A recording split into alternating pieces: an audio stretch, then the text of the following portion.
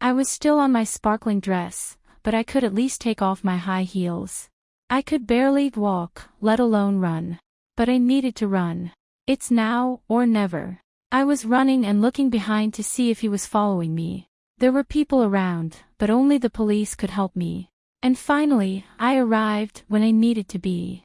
An officer sat me down and asked me what had happened, where to start. I was only 17-year-old when I found out that Mom and Dad had divorced. Dad had found another woman and left us alone forever. Did Dad forget that Mom was sick and we needed money, and that I needed money to finish school? He didn't think for us. One day he woke up and left without saying a word. I didn't know that my life could change that much in a year. Mom was sick, and she couldn't get out of her bed. I kept multiple jobs, but it was never enough. We had to pay rent and feed ourselves. We had to beg people to give us a loan so Mom could buy her medicine. It was hard, and I can't lie and say that I never thought of taking my own life. But Mom needed me more than ever. Plus, during that time, one of my friends said that he had got the perfect job for me. A job that gets paid well. So, we decided to meet to tell me more about it. My friend says that he knows someone who owns a club and needs dancers. He said that you can dance in front of everyone, but you could also do private dancers to someone. And if I do this, they will get me paid. But this didn't sound right to me. It didn't seem like a job that a 17-year-old girl would do. I know that Mom wouldn't like this either, so I said no. I applied for another job instead.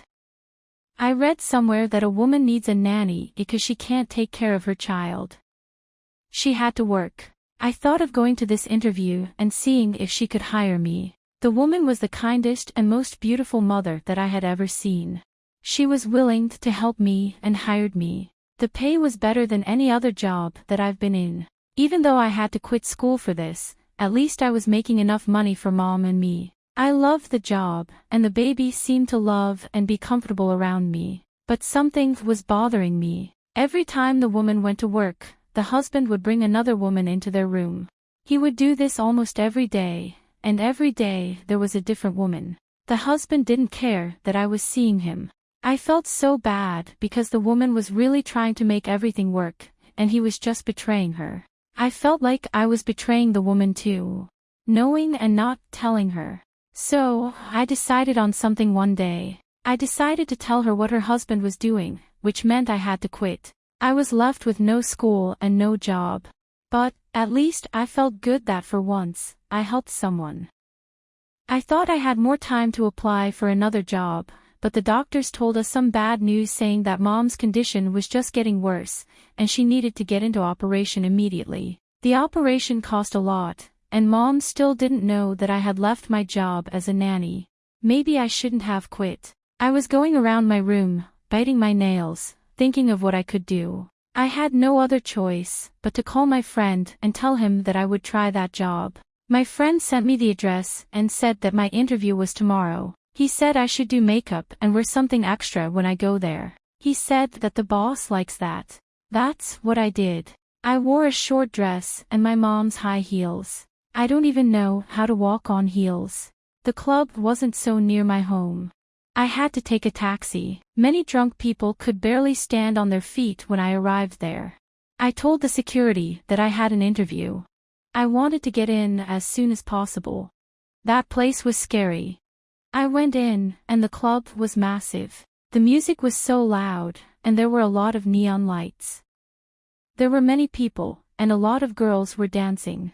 The security showed me the way to the boss office. When I came in, the boss seemed to be drunk.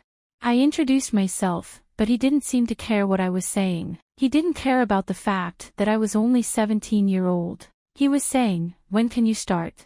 "As soon as possible," I said. We agreed on the following day. I will not tell Mom about this job.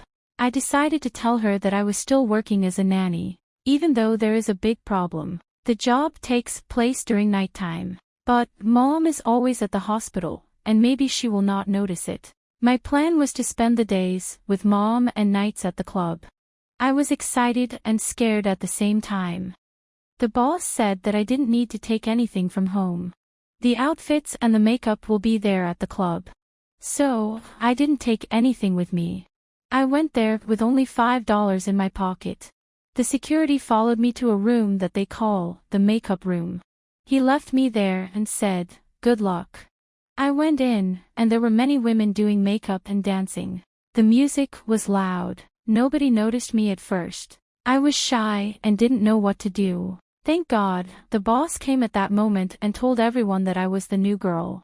I can't lie and say that the women were respectful. But, I came here with a mission. I didn't come here to make friends. I started doing my makeup as I usually do, but one of the girls there said that the makeup needed to be extra. She said that she was happy to help. I looked in the mirror and could barely recognize myself. I looked older.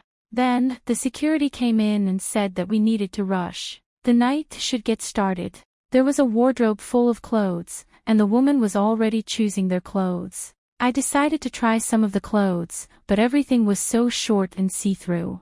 I asked one of the girls there, "Are all the clothes like this?" She said yes, and that at first, she didn't feel confident either. So, I wore whatever I could. The girls said that they all wear a mask, so this way nobody could see their faces. Why wouldn't they show their faces? I had a million questions, but the night had started, and I put on my mask. They asked us to go on the stage, dance in front of everybody, and then go table by table. It was all so stressful.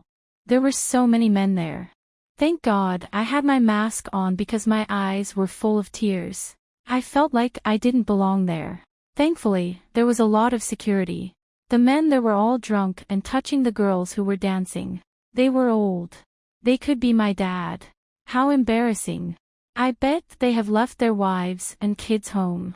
The night was long, and my legs were hurting from the heels. It was almost morning. I was so tired and hungry.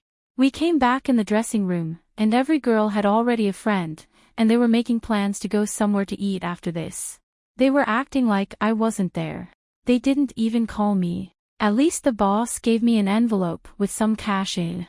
But, now, the real problem was, how was I gonna get home?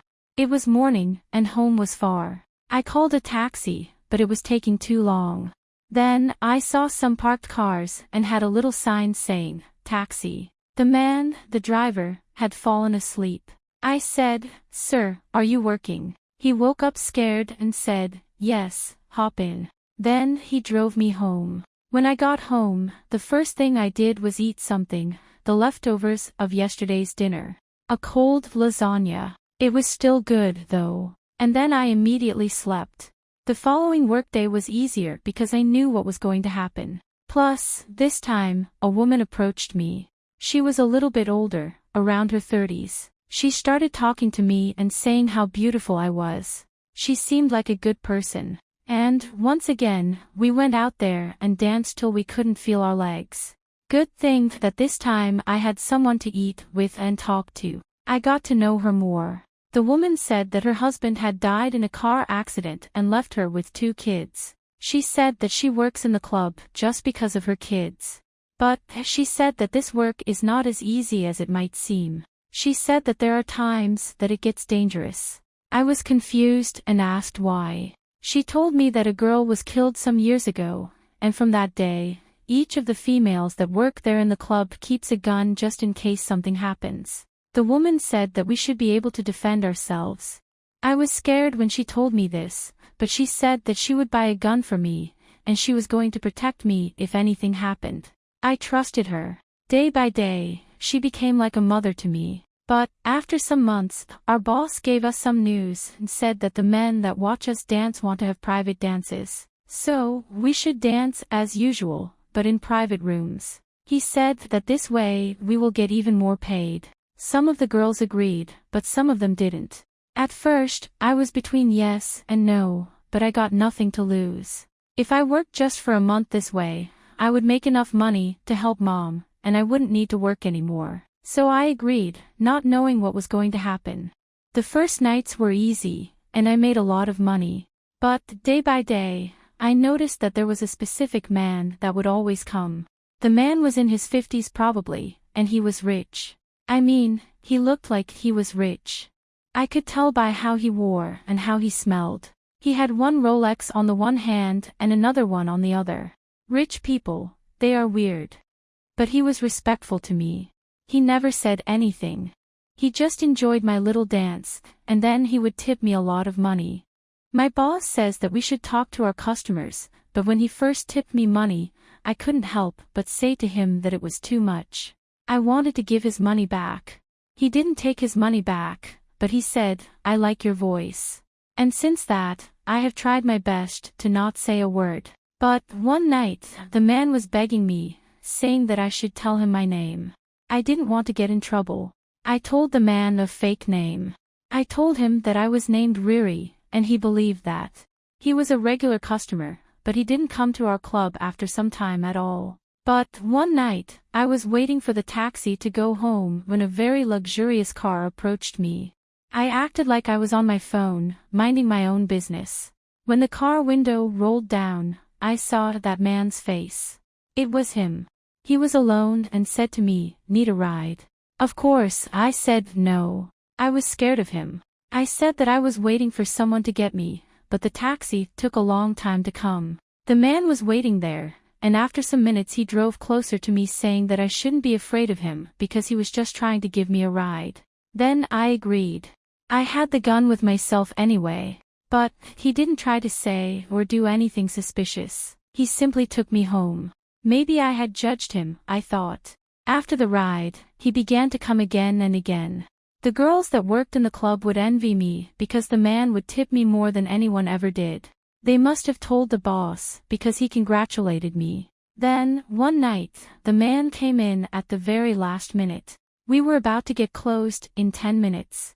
And the boss said that it is not allowed that late. So, the man told me that he wanted to drive me home. The boss said that I must go since we couldn't let him in. He was a millionaire, and our boss said that we should lose him as our customer. I had no other choice but to accept. I came outside, and there was a limousine. The man was in the back seat, and he had hired a personal driver. There was wine and some food. I was confused. Did he think that this would impress me? I just wanted to go home as fast as I could. But the man said that he wanted me to dance for him since we couldn't do that in the club. But I kept saying no, but he insisted.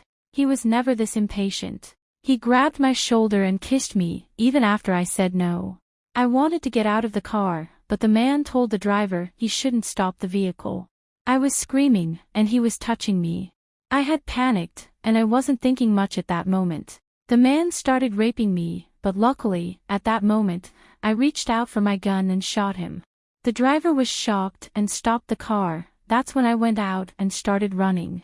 It wasn't my fault, right? It was self-defense. My mom was right and she said that nothing good comes after